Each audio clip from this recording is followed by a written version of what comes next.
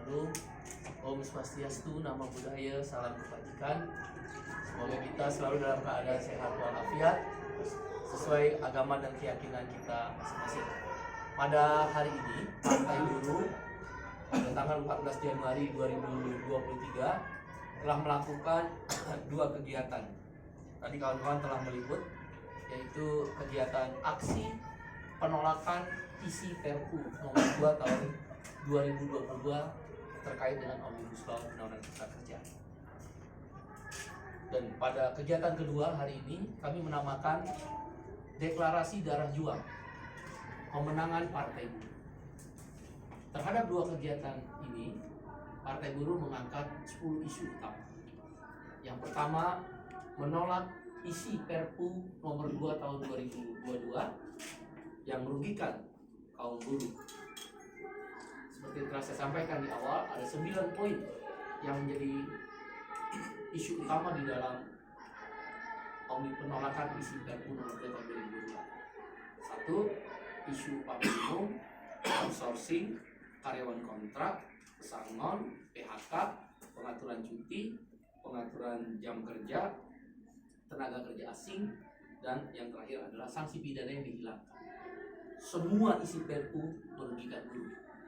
Outsourcing dilegalkan oleh negara, bahkan negara menjadi lembaga penentu boleh outsourcing dan jenis pekerjaan mana.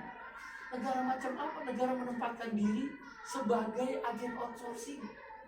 Ini jauh lebih buruk daripada undang-undang cipta kerja yang kita tolak juga. Ini pembuat undang-undang ini pasti kaum parador, pemodal hitam. Ini yang akan dilawan oleh partai. Bahkan upah minimum tidak lazim. Nah, bisa dirubah formula.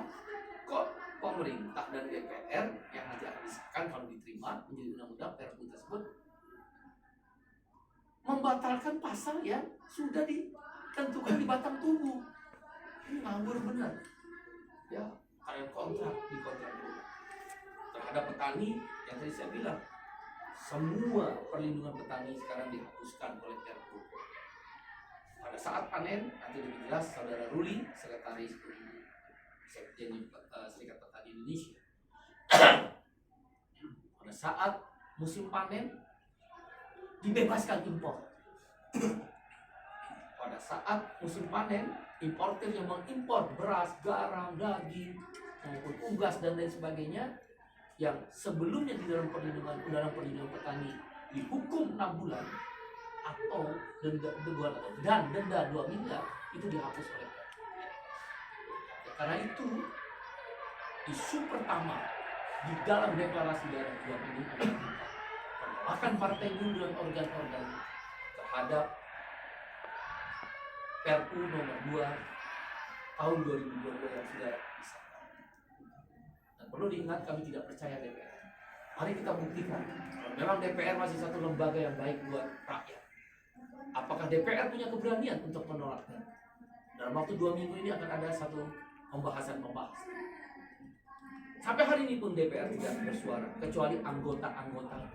Tapi DPR sebagai sebuah lembaga tidak pernah bersuara untuk menyatakan penolakan. Partai Buruh dilahirkan karena kekecewaan ini. Mosi tidak percaya pada DPR. Tentu kita harapkan tahun 2024 dengan izin Allah, Tuhan yang Maha Kuasa, Sang Hyang Widi yang memberkati sesuai dengan Partai Buruh bisa masuk ke dalam, bisa memperbaiki bersama-sama anggota-anggota DPR.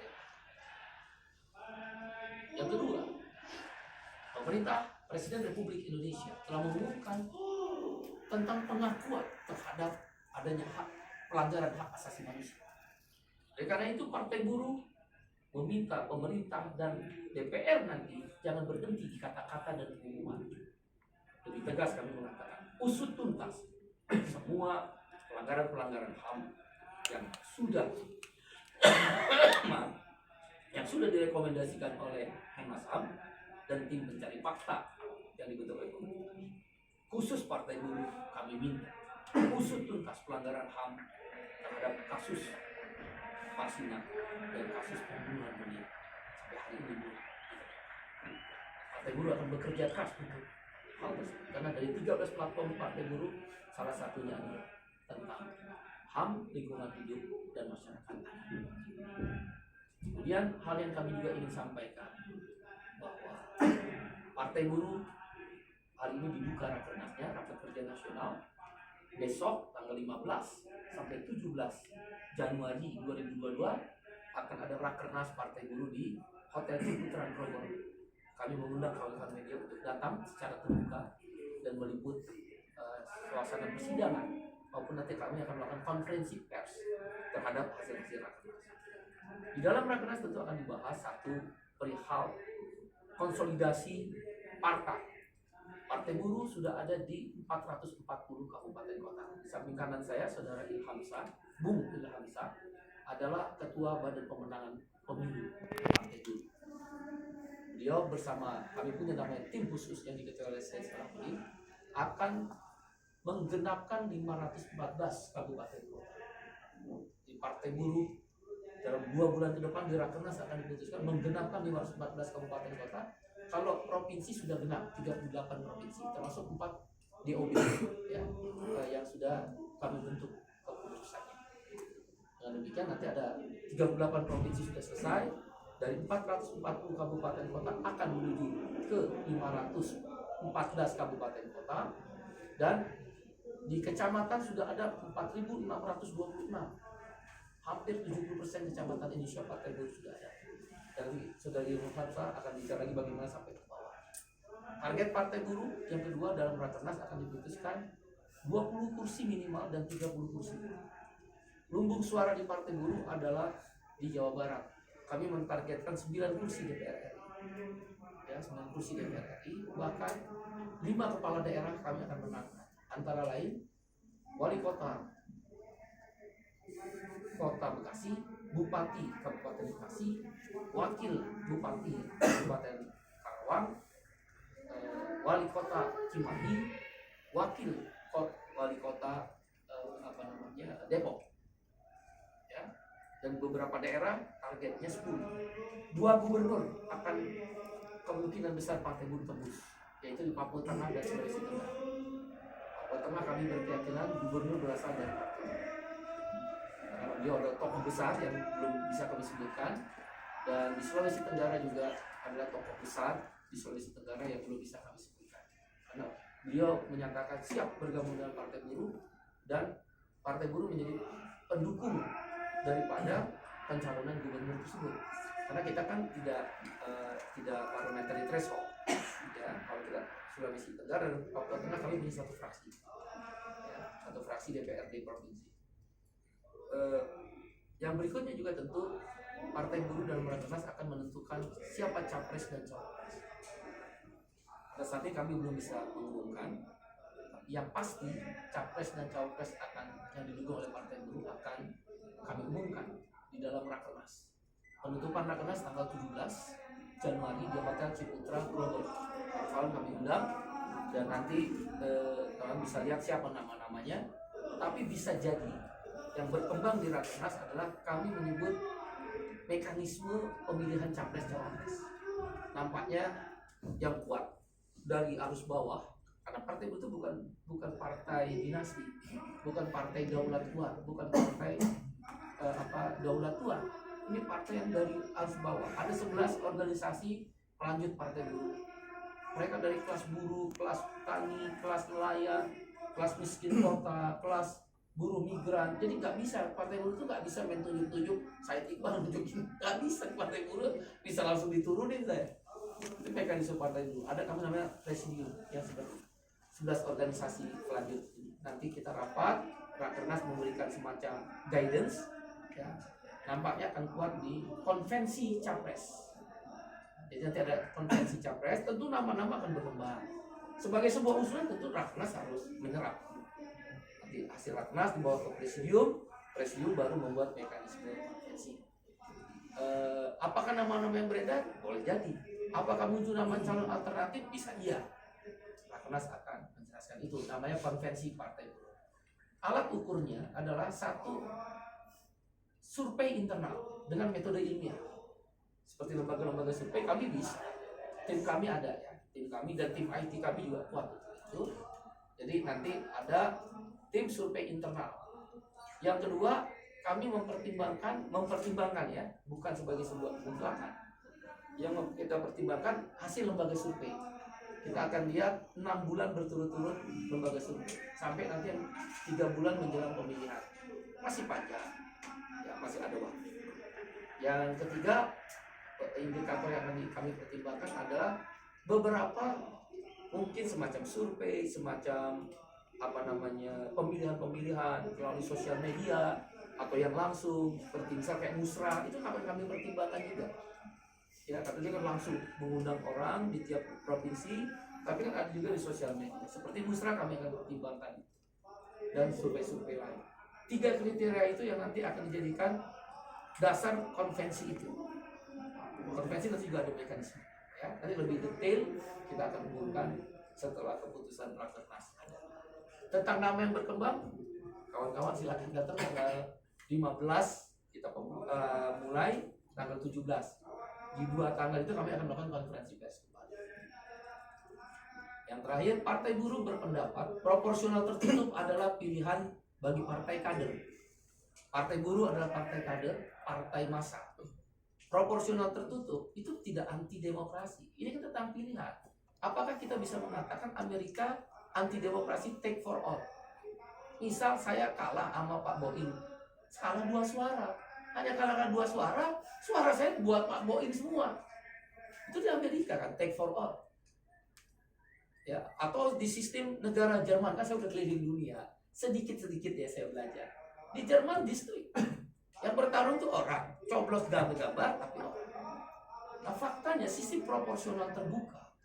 Pertama elitis, kader partai akhirnya bertarung dengan orang-orang yang punya uang, orang-orang yang punya karisma karena ketokohannya. Padahal nih kader udah bagus, ada ideologi. Makanya bagi partai kader, sistem proporsional terbuka kurang pas. Saya tidak mengatakan anti demokrasi, tidak, kurang pas. Di istilah akhirnya Anda bisa lihat Liputan 6 menyorot 67% anggota DPR RI adalah pengusaha. Dan kita nggak tahu siapa dia. Siapa yang punya uang, dia yang kuasa. Itu kita nggak daulat Tuhan, tidak daulat Tuhan. Tolong di situ ya, bukan dibenturkan anti demokrasi dan demokrasi. Masing-masing pilihan itu ada. Nah, bagi kami partai kader, memang proporsional tertutup lebih mencerminkan bahwa kader-kader terbaik. Tapi kami punya syarat, tidak dimaksud oleh PDIP dan PBB. Kan 2 partai yang sudah menyebut proporsional tertutup. Syaratnya adalah sebelum dilakukan pencoblosan, setiap partai politik dia harus memberi daftar nama ke KPU. Apakah 3 bulan, 4 bulan sebelum pencoblosan? Karena kan yang akan dicoblos adalah gambar kalau proporsional tertutup. Ya, karena kami kader, kami memang konsolidasi gambar. Nah, tapi sebelum itu, makanya tadi saya bilang proporsional tertutup bersyarat.